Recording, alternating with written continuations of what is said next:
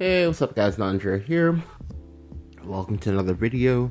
This video is going to be on Intro to Building, and we're going to be talking about Dragon. Now, this is the start of the new season. I haven't actually started climbing yet. I was forced to play games today, so this is why you guys are getting a video. Ordinarily, if I'm usually not forced to play games, I'm usually not going to do it, so... Not because I, like, hate the game or anything, I have a lot of things that I'm doing at the moment. Anyway... So onto the deck. Now, normally I build these things from scratch for you guys, and I just going to show you guys the process. However, to recreate this from scratch would be super difficult, so I'm just gonna go ahead and show you guys the full list.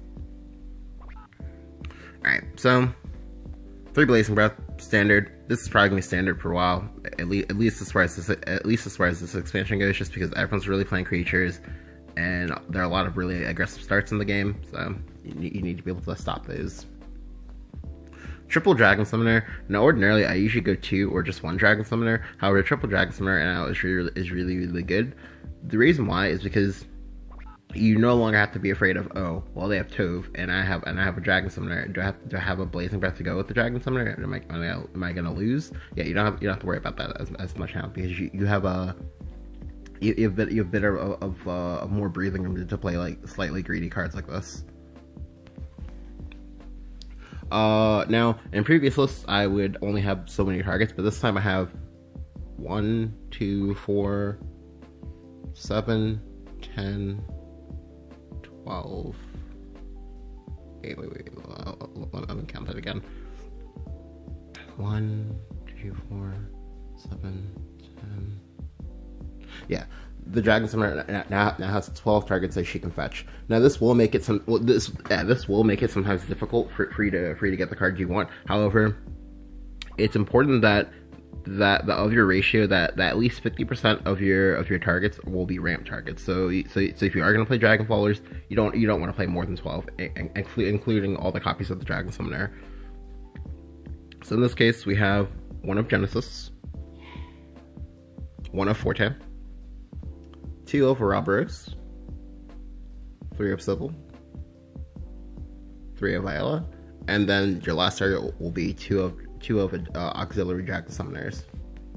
Now, a lot of people go, oh, well, if my Dragon Summoner pulls a Dragon Summoner, that doesn't actually matter, because like, as long as you have like relevant things in your hand that they can already do anyway, the holding the Dragon Summoner just you know, get you like a later like +1 down the line when we have a curve to fill. Through Oracle again, staple. I don't think for at least the foreseeable future that we ever get a world in which you don't play triple Oracle when you're playing ramp. Double Dragonewt Fist. So double Dragonewt Fist, it's been working like really well. The reason why I like it right now is just because like versus Shadow, I basically like recently developed a hard on just, you know, destroying whatever board they make on turn 3, so that way I don't get cheesed by Erd, because, you know, everyone really loves a good Erd.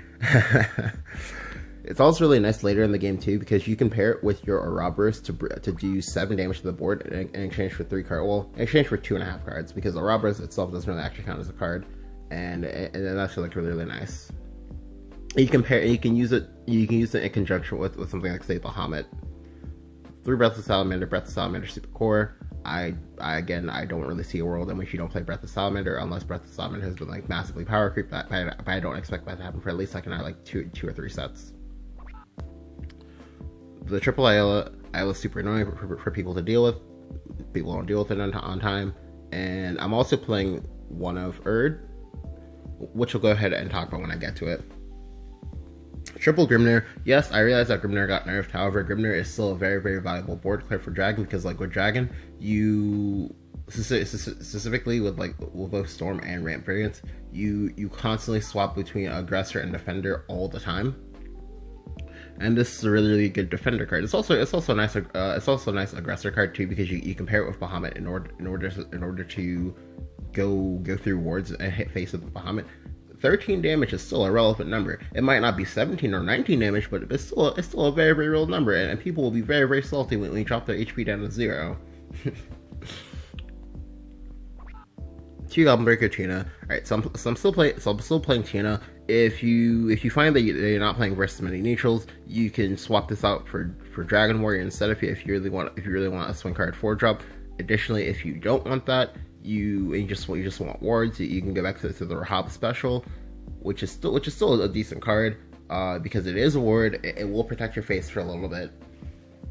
However, I'm still really on the whole swing card Evo plan. Additionally, this also helps versus Dragon, because Dragon does play a lot of neutrals, so it's really nice for the mirror. But again, there are other options. You're not tied to the Tina. I'm only doing 2 of Tina just because I wanted space for the Erd, which I guess we'll talk about now. So Erd is really nice, especially in Storm Dragon variants, because like you have so many targets that you can Erd. You can Erd the Ayla.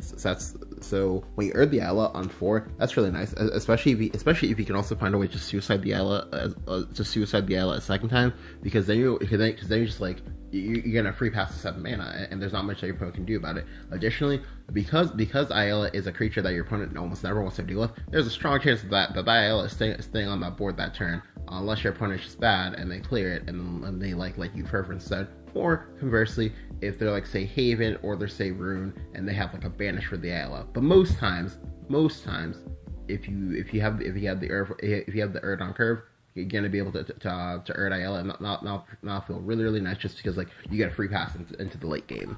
Additionally, it's the best kind of free pass, because like with say Fervor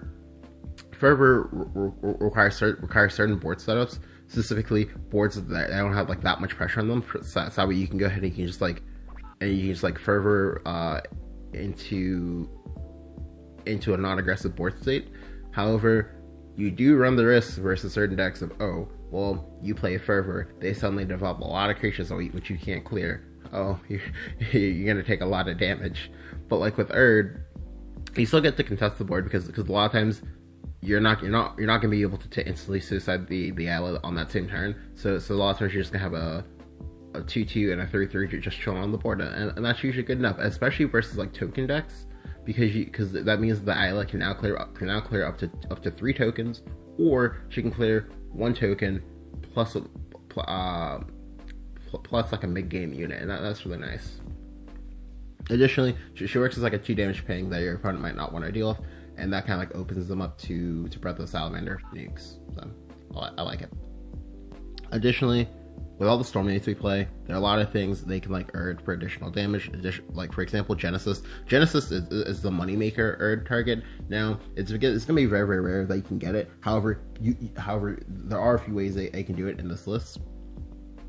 Then there's the classic Erd Forte Erd, which is 10 damage or 12 damage if you have an Evo. The Genesis one, again, like I said, that one's gonna be 14 damage, or it's gonna be 18 damage if you have an Evo. Or I lied. Not 18 damage. It's gonna be 16 damage. I'm sorry. And then of course you can urge your Poly Dragons. You can urge your Ouroboros. I don't recommend this. Like the only way that's like ever like the correct play is if you're versus if you're say an opposing dragon and you're afraid that they're gonna Odin you, which Odin and Lightning Blast are very seldomly seen because they're really expensive. And then you can urge your Zeus. So, not bad.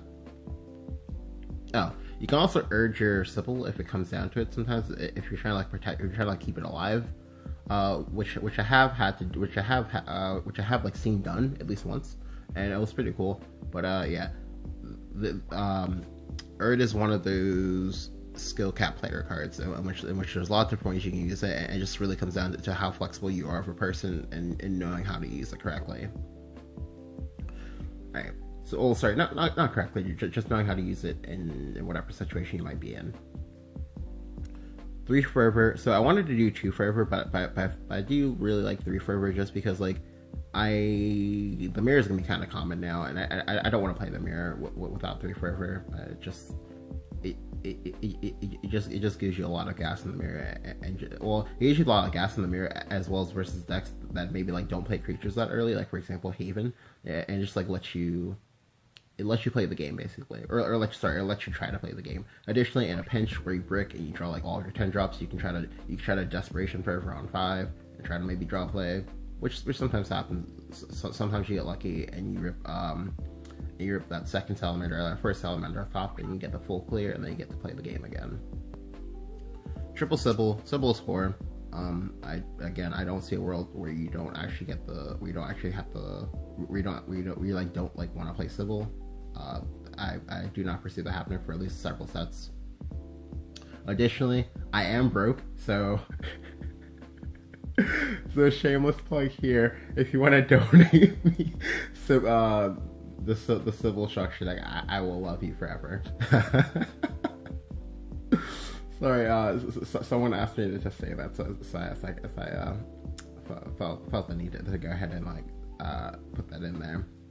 One Forte. So I was actually talking to Gumi at DSN, and she said that like a big thing for her was that I think in her list she has triple Forte, and for her the really unfortunate thing is when she gets like Forte off of Summoner, because like with Summoner you really want to get like utility cards off of it. Like for example, like the cards I love to hit the most off of Summoner, even if I can't like use them like immediately, are Sybil, Ayla, and then Ouroboros, just because like I know for a fact that they're gonna be able to do something later in the game. However, if you hit Forte requires you to be in a winning spot in order to use it. Otherwise, you're gonna have to use it to trade, and that feels like ass. Like it just does. It's like the most depressing thing. So I'm only using one just because like I don't want to hit it all the time. I just want to hit it some of the time. Now you could argue that's like kind of inconsistent. However, for me, the way that I'm playing this deck is that like I just use Oro to wall break. If I see a chance to get some storm damage in, I'll go ahead and take it. I'll probably slam something like Genesis into play, or maybe I'll slam Poly, and I'll use the combination of Poly plus Storm Use in order to like overwhelm my opponent. It's not just a straight up just, oh well, you see a clear board, you take it, you storm them again, and then they're dead. Yeah, I'm not quite playing the deck that way. Although that is obviously a way they can play it. It's just like not my preferred sort of thing. 2 Oro. Now I know a lot of people are like Oro is dead. Oro sucks so much now. That's not the case. Oro is still a +2 every time you bring it into play, provided that you bring it into play correctly. So the reason why it's a +2 is because if the Oro 3 damage ping, if it hits a creature and it kills that creature, that's +1. The Oro itself isn't actually a real card, so you don't have to worry about that. And when the Oro dies, if the Oro was not banished, then and your opponent has to go something like say Evo creature into the Oro to kill it, that's a +2, because your opponent lost an Evo, lost a creature, but you didn't lose the Oro because the Oro just goes right back to your hand. So a strong +2 like that, worth playing, 100% worth playing. Don't care if it got nerfed. Like I don't care at all. Does not matter to me in the slightest. Like sure, losing the healing is unfortunate, but at least this now makes it so like the Dragon versus Dragon mirror doesn't go on until like infinity.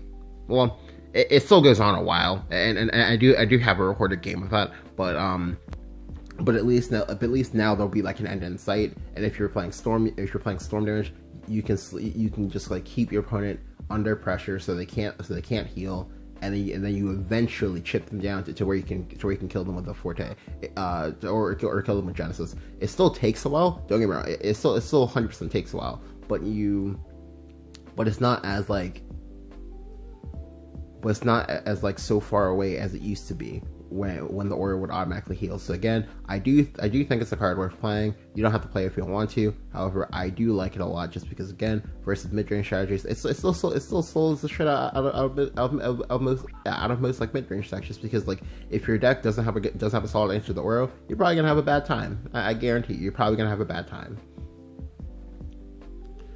1 Israfil. So I mentioned this to, well, I've been mentioning this since I started playing actually, but it's really important in games like these.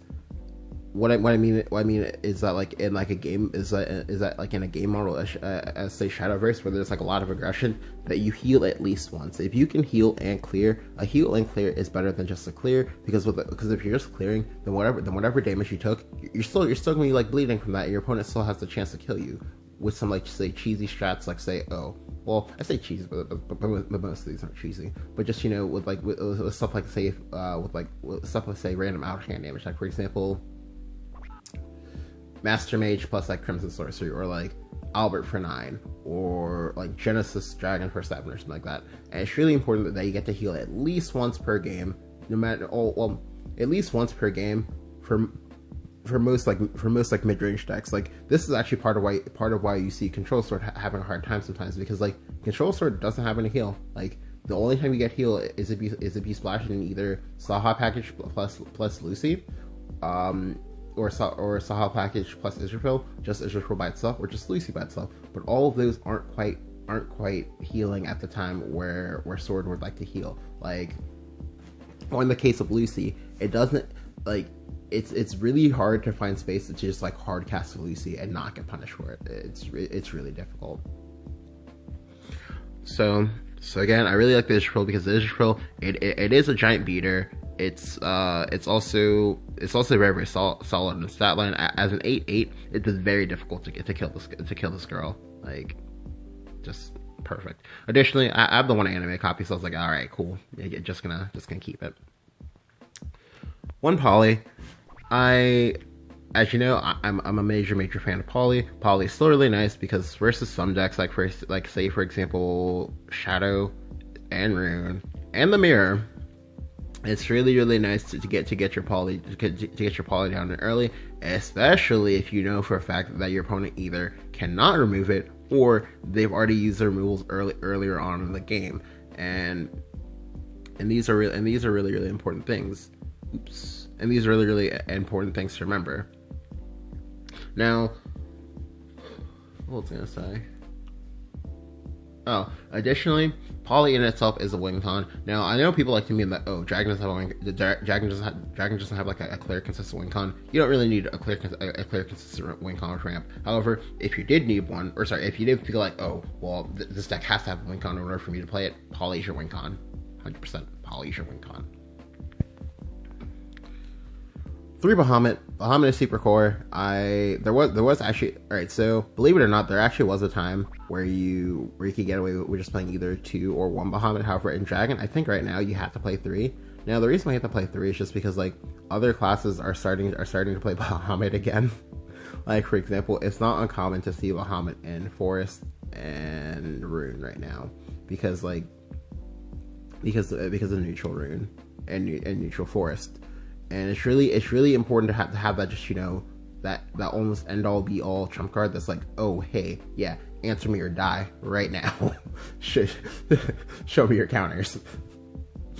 and yeah, like that's what Bahamut does for Dragon. Like, it's not uncommon for the Dragon player to just like, oh, if you're in a panic situation, you just ramp into Bahamut, play the Bahamut, and then suddenly like you can reset most of what went wrong in a game.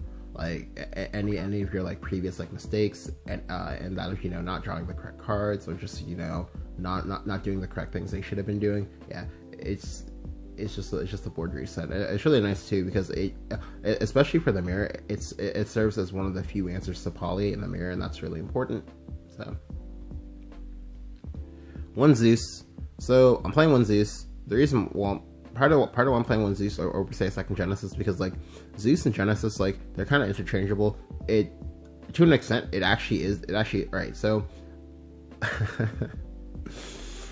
one of the things in other card games is that you'll usually hear that there's no such thing as like player preference, but like for this one, I think there kind of is, only because like Zeus and Genesis offer different things. If you need more damage, you play Genesis. If you need a ward, you play Zeus.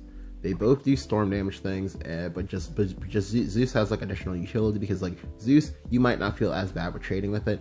Genesis, you're gonna feel bad if you trade with if you have to trade with a Genesis. You just always feel bad. Additionally, I like it for the next card that you'll see shortly, and just that like it's not a Dragoncraft card, so it's not gonna fuck with my Dragon Summoner pulls any more than I have to that I have to worry about. So that's nice. 1 Genesis Dragon. So if you don't know, for the leader poll, I was really sad that Genesis Dragon did not get the win, because this man is literally before creation there was destruction.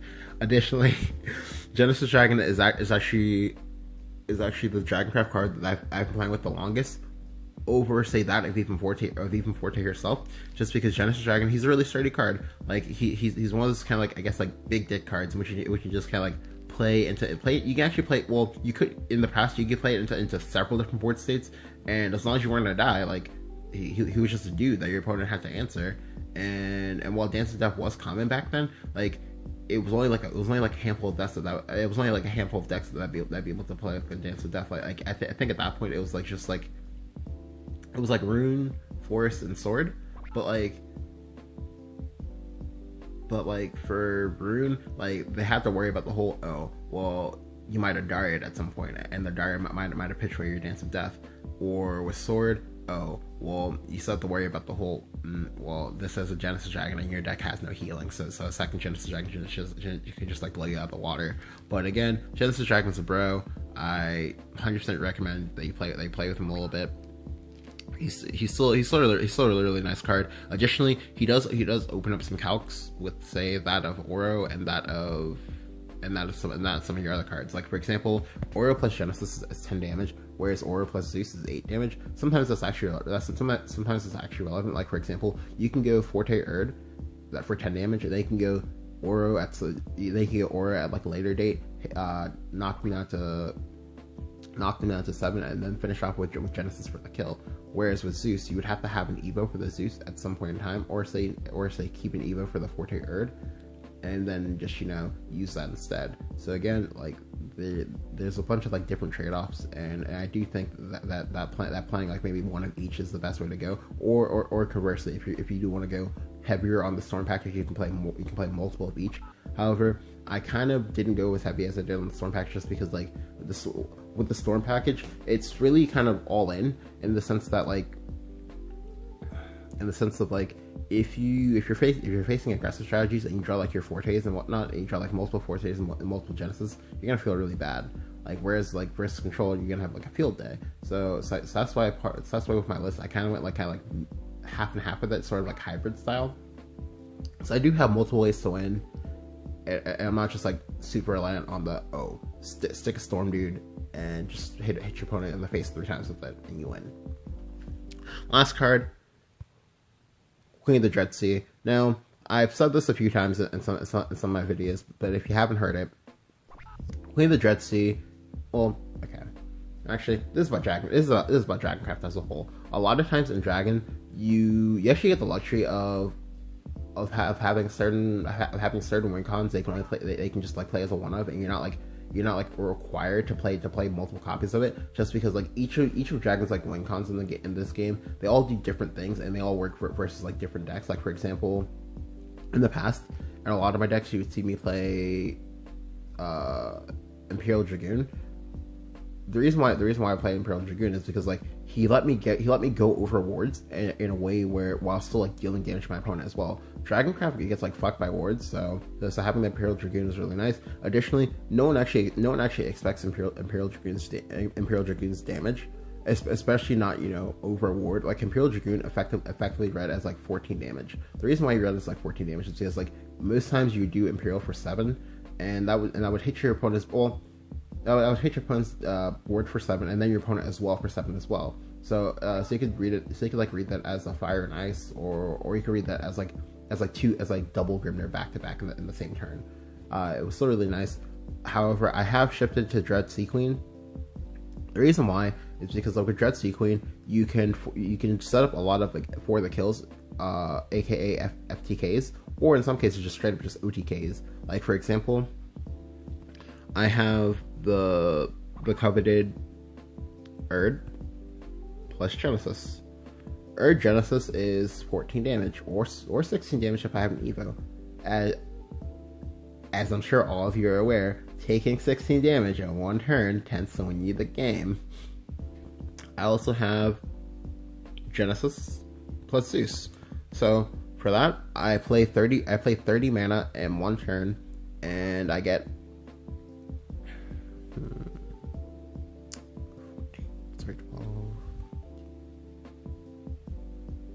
and I get 1926 worth of stats before an Evo.